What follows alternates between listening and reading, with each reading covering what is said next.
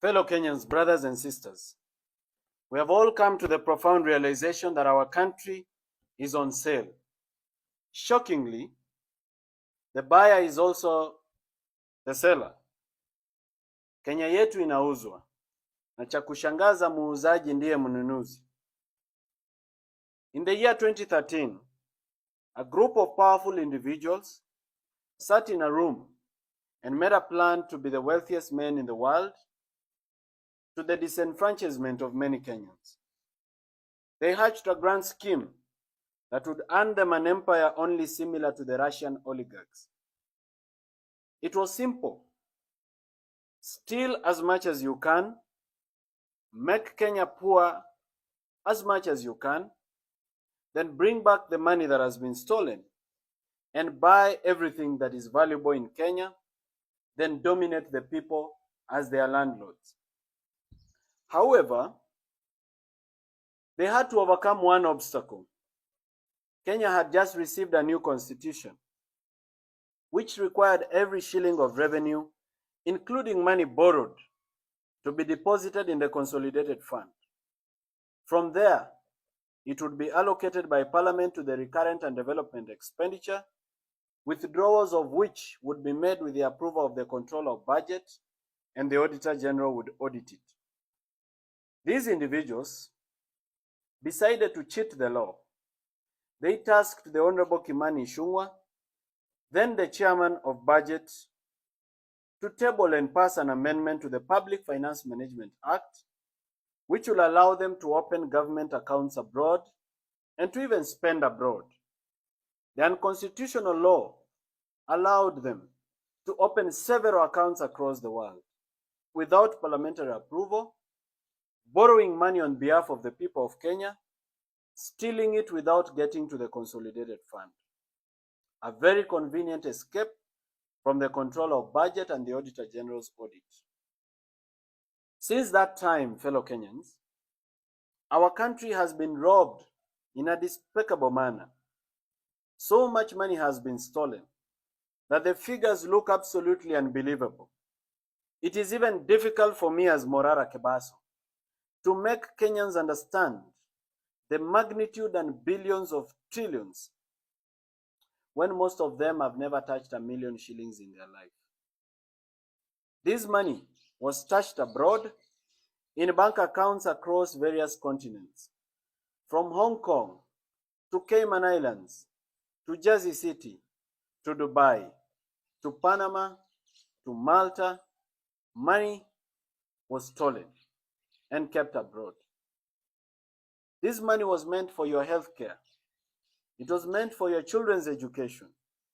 It was meant for your own education. It was meant for development projects across the nation that would save Kenya and that would give millions of jobs. And it was stolen with uttermost greed and reckless abandon. Our country has been deliberately made poor. Why? It is because they want to make it cheap for the buyer. State corporations that employ very many Kenyans have been run down to intentionally make losses so that these individuals can justify privatization of these institutions. The hyenas of Kenya have decided they want to eat their own children, and they have accused them of smelling like goats. Unfortunately, the hyenas want to eat everything, including national assets that are sensitive to national security. A case in point is the Jomo Kenyatta International Airport. The Kenyan law does not permit any Kenyan to buy any public asset unless through a very tedious process under the Asset and Disposal Act and many other laws. But here comes a foreigner who has been permitted to own 20% of our airport after a 30-year lease. What a shock! Something that any Kenyan cannot be allowed to do, regardless of how much money they have. And yet these are foreigners, and they are allowed to own this. The purported foreigners are not even foreigners. They are proxies for Kenyans who hide behind foreign names and foreign faces. Our money that has been stolen since 2013 when Uhuru Kenyatta was president has started coming back through proxies in the face of investors. They call it public-private partnership or privatization or foreign investment. Very sweet words for state capture and money laundering. In February of 2024, the Cabinet of Kenya, led by President William Ruto, approved the following state corporations for sale. The first one was the National Bank of Kenya, where the government of Kenya owns 22% and NSSF owns 48%. Consolidated Bank of Kenya, where the Deposit Protection Fund owns 50% on behalf of the government of Kenya. Development Bank of Kenya, where ICDC owns 89% on behalf of the government of Kenya. Agrochemical and Food Corporation ADC, where ADC owns 28% and ICDC owns 28%, all on behalf of the government of Kenya. These are state corporations that were supposed to be sold or privatized. Kenya Wine Agencies, 72% is owned by ICDC. East African Portland Cement, warehouses were demolished recently. NSSF owns 27% and government of Kenya owns 25%. All this is the government of Kenya ownership. Kenya Meat Commission was to be privatized, where the government owns 100%. New KCC, ya maziwa, government of Kenya owns 100%. The Numerical Machining Complex, under the Kenya Railways Corporation, 51% owned by University of Nairobi and 49% owned by Kenya Railways Corporation. Miwani Sugar Company, which is under receivership, the government of Kenya owns 49%. Muhoroni Sugar Company, where ADC owns 16%. Cabernet Hotel, where Kenya Trading Corporation owns 98.2%. Mount Elgon Lodge Limited, Kenya Trading Corporation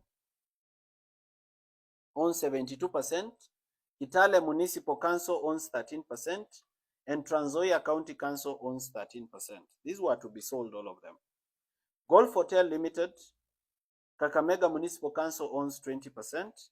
Sunset Hotel, Kenya Trading, KTDC owns 95.4% and Kisumu City owns 4.6%. Kenya Safari Lodges, KTDC owns 63%. KWS owns 0.02%.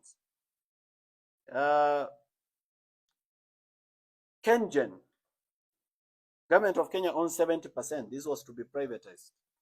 Kenya Pipeline Corporation, 100% owned by the government of Kenya, where money was stolen recently. It was to be privatized. Kenya Ports Authority, 100% owned by the government of Kenya, was to be privatized. There is another agency called the South Nyanza Sugar Company. It was also to be privatized, where the government of Kenya owns 98%. Nzoia Sugar, where the government of Kenya owns 97%. All these are state assets of great value.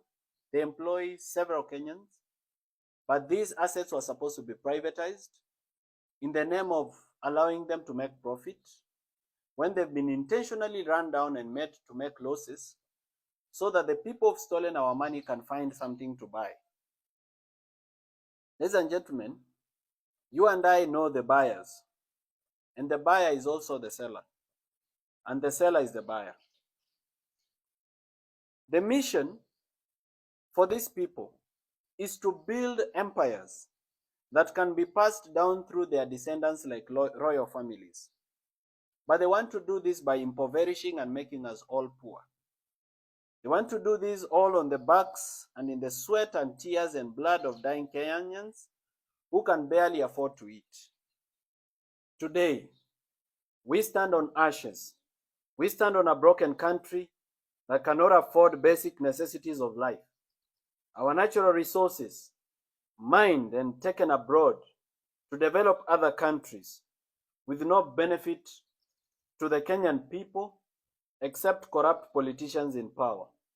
Our gold, our petroleum, our coltan, our gemstones, our titanium, our mica, our diatomite, all gone. Stolen by white people who bribe black people in power because they are too greedy to think of the future of their children. We have become beggars in our own nation. We are so angry and bitter that sometimes we forget and fight amongst ourselves. We have lost any hope in our future. We are in a state of darkness. A thick smoke has engulfed our nation.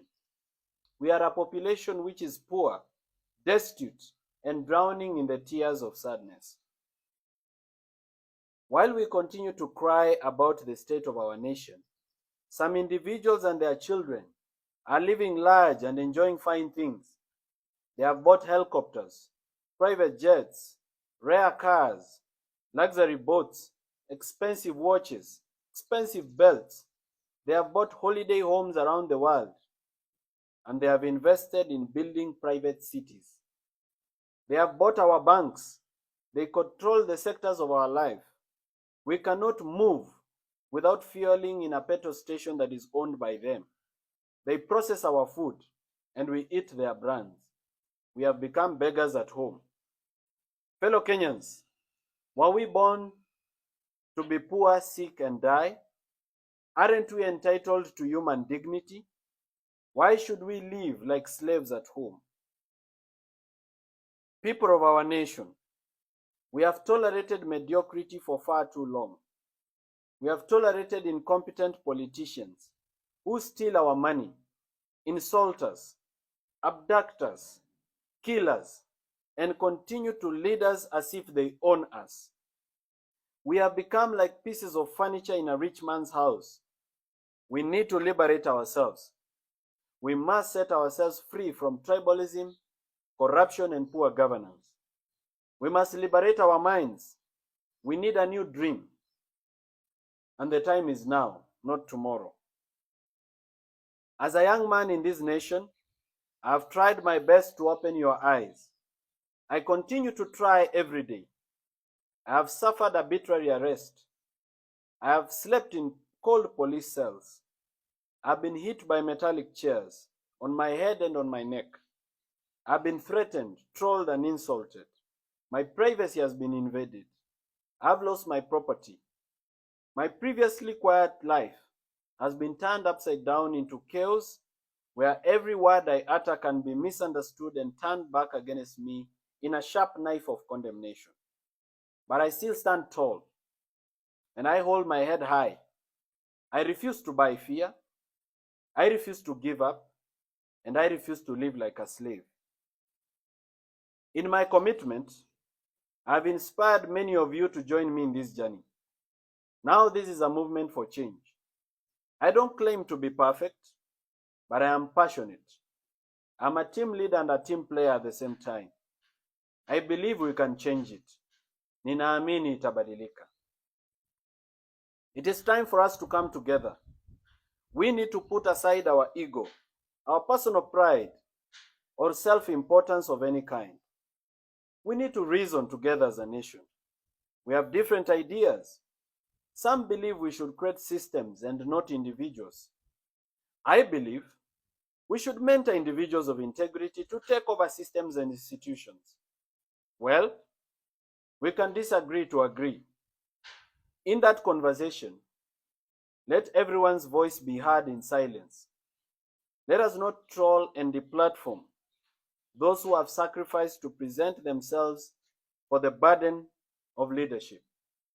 Not everyone can lead.